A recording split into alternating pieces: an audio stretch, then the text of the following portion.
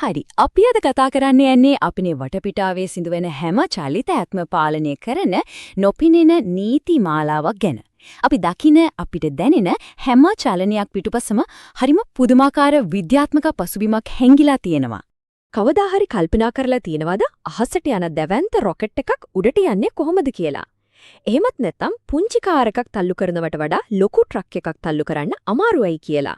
බැලුබැල්මට මේවා හරිම සාමාන්‍ය දේවල් වගේ පෙනුනත් මේ හැමදේම පිටුපස තියෙන අපූර්ව විද්‍යාත්මක නීති කීපයක්. ඉතින් අද අපි ඒ ගැන හොයලා බලමු.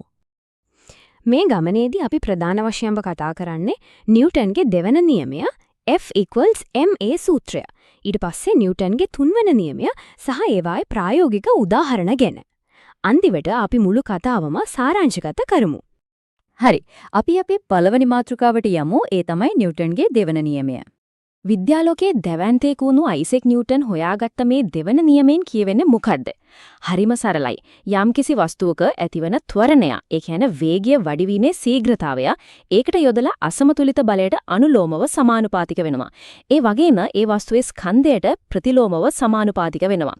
ටිකක් සංකීර්ණයි වගේ නේද? අපි මේක උදාහරණයකින්ම පැහැදිලි කරගමු. මේකෙදී අපිට ඇත්තටම තේරුම් ගන්න තියෙන සිත් ගන්නාසලු කාරණාව මේකයි. හිතන්න පුංචි කාර් එකක් තල්ලු කරනවා කියලා යොදන බලය වැඩි කරන්න කාර් එකේ වේගයත් වැඩි වෙනවා. ඒ කියන්නේ ත්වරණය වැඩි වෙනවා. අන්න ඒක තමයි බලය සහ ත්වරණය අතර තියෙන අනුලෝම සම්බන්ධය. හැබැයි කේරින් එකකින් ඇවිත් ඒ කාර් එක උඩට තවත් බරක්, ඒ කියන්නේ තවත් ස්කන්ධයක් එකතු කළොත් මොකද වෙන්නේ? කලින් යොදපු බලයම යෙදුවොත් අනිවාර්යෙන් මේකේ ත්වරණය අඩු වෙනවා. අන්න ඒක තමයි ස්කන්ධය සහ ත්වරණය අතර තියෙන ප්‍රතිලෝම සම්බන්ධය කියන්නේ. එහෙනම් අපි ඊළඟ කොටසට යමු. ඒ තමයි අර අපි කතා කරපු සංකල්පය ගණිතමය සූත්‍රයක් විදිහට, ඒ කියන්නේ F = ma සූත්‍රය විදිහට පාවිච්චි කරන්නේ කොහොමද කියන එක. භෞතික විද්‍යාවේ තියෙන අතිශය ජනප්‍රිය වගේම වැදගත්ම සමීකරණයක් තමයි මේ F = ma කියන්නේ. මෙතන F කියන්නේ අපි යොදලා සමතුලිත බලය, m කියන්නේ වස්තුවේ ස්කන්ධය සහ a කියන්නේ ත්වරණය. මේ පුංචි ඉංග්‍රීසි අකුරු තුනෙන් මුළු විශ්වෙම සිද්ධ වෙන චලිතයන් ගැන ලොකු කතාවක් කියවෙනවා. දැන් අපි බලමු කොහොමද මේකෙන් ගණනය කිරීම කරන්න කියලා. ඒකත් හරිම ලේසි.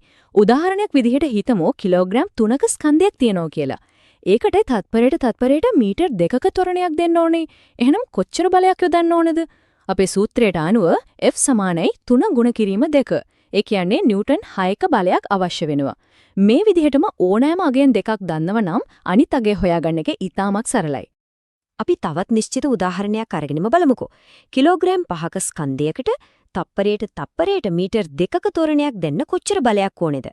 සමීකරණයට මියාගියන් දැම්මම කිලෝග්‍රෑම් 5 ගුණ කිරීම 2. පිළිතුර නිව්ටන් 10යි.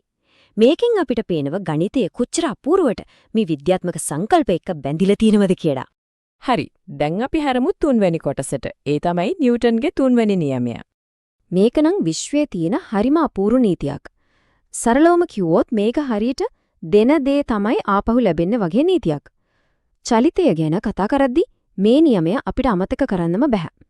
මේකෙන් කියවෙන්නේ සෑම ක්‍රියාවකටම විශාලත්වය සමාන වූත් හැබැයි දිශාවෙන් ප්‍රතිවිරුද්ධ වූත් ප්‍රතික්‍රියාවක් තියෙනවා කියන එකයි. මේවා අපි හඳුන්වන්නේ ක්‍රියා-ප්‍රතික්‍රියා යුගල කියලා. මෙතනදී අනිවාර්යෙන්ම මතක තියාගන්න ඕන දෙයක් තමයි බලයන් කවදාවත් තනියම නෑ. ඒවා හැමතිස්සෙම ක්‍රියාත්මක වෙන්නේ යුගල වශයෙන්. උදාහරණයක් විදිහට ස්කේට්බෝඩ් දෙකක් උඩ ඉඳගෙන ඉන්න ළමයි දෙන්නෙක් එකිනෙකාගේ අත්ලට අත්ල තියලා තල්ලු කරනවා කියලා හිතන්න. එක්කෙනෙක් යොදන බලය තමයි ක්‍රියාව.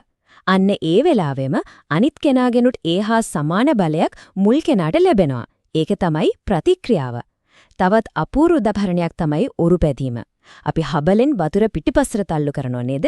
ඒක තමයි ක්‍රියාව. ඉතින් ඒකට ප්‍රතික්‍රියාවක් විදිහට වතුරෙන් කරන්නේ හබලයි ඔරුවයි ඉස්සරහට තල්ලු කරන එක.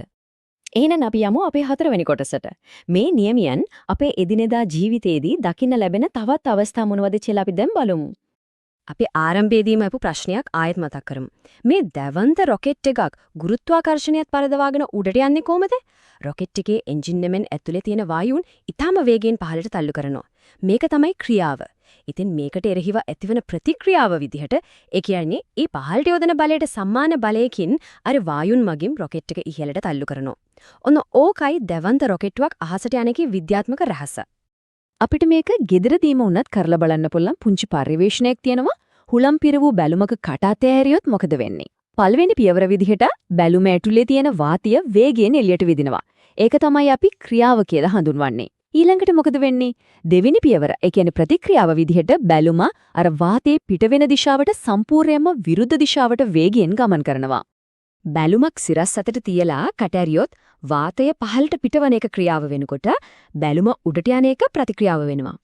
ඒ වගේම තිරස් අතර නූලක ගැට ගහපු බැලුමක වුණත් එක පැත්තකට වාතය විදිද්දී බැලුම නූල දිගේ අනිත් පැත්තට ගමන් කරනවා. මේකෙන් අපිට ක්‍රියාව සහ ප්‍රතික්‍රියාව ක්‍රියාත්මක වෙන රේඛාව සහ දිශාව හරිම ලස්සනට පැහැදිලි වෙනවා. පිහිනෙනකොට උනත් මේ දෙයමයි වෙන්නේ. අත් දෙකෙන් වතුර පිටිපස්සට තල්ලු කරද්දී ඒක ක්‍රියාව වෙනවා. ඊට පස්සේ වතුරෙන් ශරීරය ඉස්සරහට තල්ලු කරද්දී ඒක ප්‍රතික්‍රියාව වෙනවා. හැබැයි මෙතනදී අපි හොඳටම මතක තියාගන්න ඕන විශේෂිතම කාරණයක් තියෙනවා. ඒ තමයි මේ ක්‍රියාවයි ප්‍රතික්‍රියාවයි කවදාවත් එකම වස්තුවක් මත ක්‍රියාත්මක වෙන්නේ නැහැ කියන එක. ක්‍රියාව එක වස්තුවක් මත ක්‍රියාත්මක වෙද්දී ප්‍රතික්‍රියාව ක්‍රියාත්මක වෙන්නේ වෙනත් වස්තුවක් මතයි. ඉතින් අපි මේ විග්‍රහයේ අවසාන කොටසට, ඒ කියන්නේ පාඩමේ සාරාංශයට දැනවිත් තියෙනවා. අපි අද කතා කරපු ප්‍රධානම දේවල් ටික ආයෙත් සැරයක් මතක් කරගමු. නිව්ටන්ගේ දෙවන නියමයෙන් අපි ඉගෙන ගත්තා වස්තුවක ත්වරණය බලයට අනුලෝමවත්, ස්කන්ධයට ප්‍රතිලෝමවත් සමානුපාතික වෙනවා කියලා.